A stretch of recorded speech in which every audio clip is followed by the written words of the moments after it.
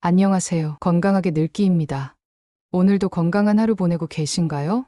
여러분, 혹시 어젯밤에는 몇 번이나 화장실에 다녀오셨나요? 혹시 잠을 자다가 자꾸 깨서 화장실을 찾게 되지는 않으셨나요? 예전에는 밤에 한 번도 안 깼는데 요즘은 두세 번, 심하면 네다섯 번씩 일어나서 수면이 끊기고 피곤함이 계속된다면 그건 단순한 노화가 아닐 수 있습니다. 또 소변을 볼 때 시원하게 한 번에 나오지 않고 줄기가 약하거나 끊기고 다 보고 나서도 개운하지 않은 느낌이 드는 분들 계시죠? 볼 건 다 본 것 같은데 항상 뭔가 조금 남은 듯한 답답한 느낌. 그런 경험 낯설지 않으실 겁니다. 혹시 이런 생각을 해보신 적 있으신가요? 나이 들면 다 그런 거지. 남자 나이 50 넘으면 다 그렇대. 귀찮지만 병원 갈 정도는 아닌 것 같아. 하지만 여러분, 이건 단순히 나이 탓으로 넘길 문제가 아닙니다. 여러분의 몸이 지금 도움을 요청하는 신호일 수도 있습니다.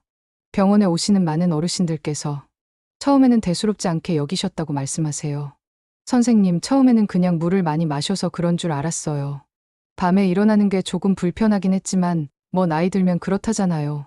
근데 점점 잠도 제대로 못 자고 낮에 너무 피곤해서 병원에 왔어요. 요즘은 소변 보는 것도 겁이 나요.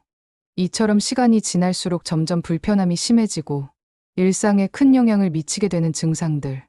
그 중심에는 바로 전립선이라는 기관이 있습니다. 오늘은 남성 건강의 핵심이자 많은 분들이 겪고 계신 문제인 전립선 건강에 대해 자세히 그리고 쉽게 알려드리겠습니다. 전립선이 무엇인지, 왜 전립선에 문제가 생기는지, 그리고 우리가 어떻게 관리하고 예방할 수 있는지까지 하나씩 차분히 설명드릴게요. 먼저 전립선이 무엇인지부터 간단히 알아보겠습니다. 전립선은 남성에게만 있는 작은 기관입니다.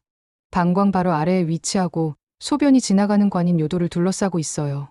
크기는 호두 정도, 무게는 약 20g 정도로 아주 작지만 역할은 매우 중요합니다.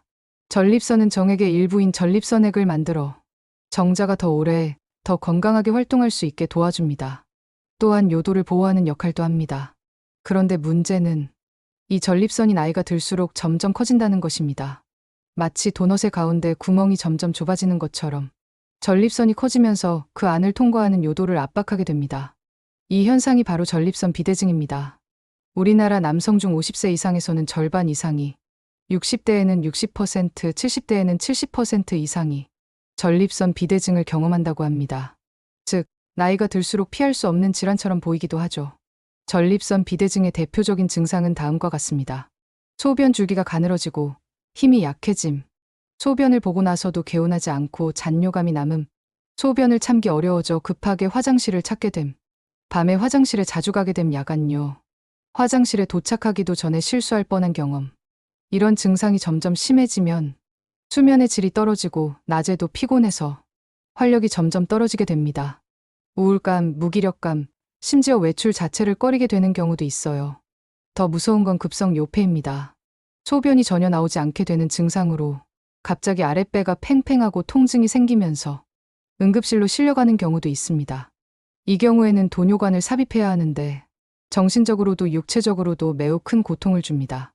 또한 잔뇨가 자주 쌓이게 되면 소변이 방광에 오래 머물면서 세균이 증식하기 쉬워져 방광염, 신우신염 같은 요로 감염 질환도 자주 생깁니다.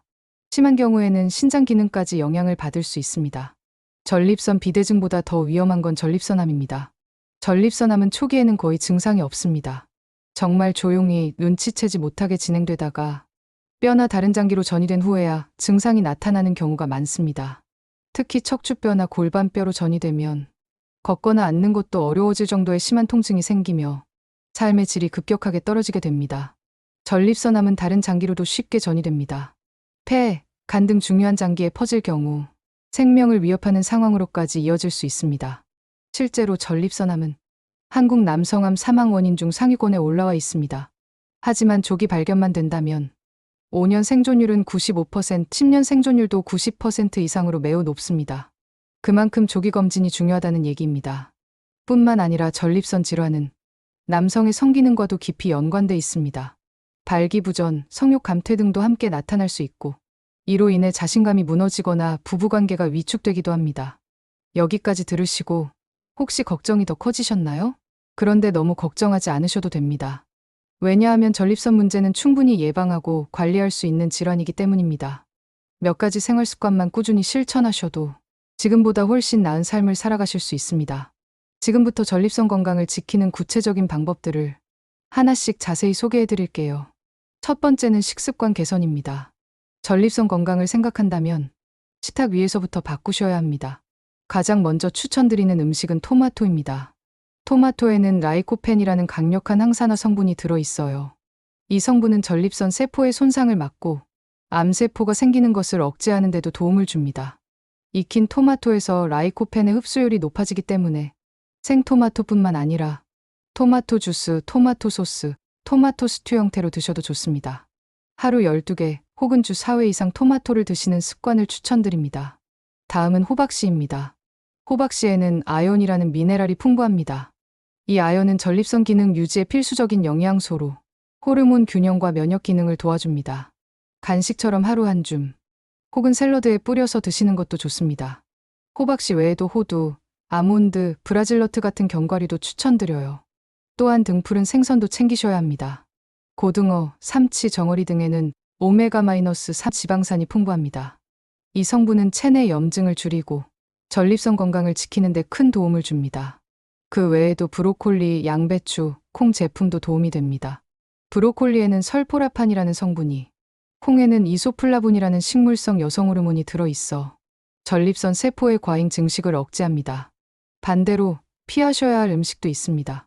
기름지고 지방이 많은 음식, 가공육햄, 소시지, 베이컨 등 매운 음식, 짠 음식, 탄산음료, 알코올, 과도한 커피.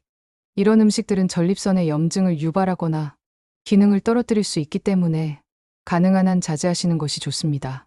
두 번째는 운동입니다. 운동은 전립선 건강을 포함한 전반적인 건강 유지에 큰 영향을 줍니다. 특히 유산소 운동이 효과적이에요. 매일 30분 정도 걷기, 가볍게 조깅, 자전거 타기, 수영 등을 해보세요. 혈액순환이 원활해지면 전립선 주변 조직에도 산소와 영양이 잘 공급됩니다. 또한 규칙적인 운동은 복부 비만을 줄여주고 호르몬 균형도 유지해주기 때문에 전립선 비대증 진행 속도를 늦출 수 있습니다. 운동을 처음 시작하시는 분이라면 무리하지 않고 천천히 일주일에 35회 정도 10분씩 나눠서 하셔도 괜찮습니다. 가장 중요한 것은 지속입니다. 그리고 전립선 건강을 위해 꼭 함께 해야 할 운동이 바로 케겔 운동입니다. 케겔 운동은 골반저 근육을 단련하는 운동으로 방광, 요도, 항문 주위 근육을 강화시켜줍니다. 방법은 간단합니다. 소변을 볼 때 한번 참는 것처럼 항문과 요도 주변을 10초간 꽉 조였다가 천천히 푸는 동작을 회 반복하는 것이 1세트입니다. 하루 23세트 꾸준히 해보세요. 앉아서도 누워서도 심지어 TV 보면서도 할 수 있기 때문에 시간 날 때마다 수시로 하시면 효과가 더욱 좋습니다. 세 번째는 생활습관 개선입니다. 우선 오래 앉아있는 생활습관은 전립선 건강에 가장 좋지 않습니다. 장시간 앉아있으면 골반 부위의 혈액순환이 방해받아 전립선 염증이나 비대 증상을 악화시킬 수 있어요.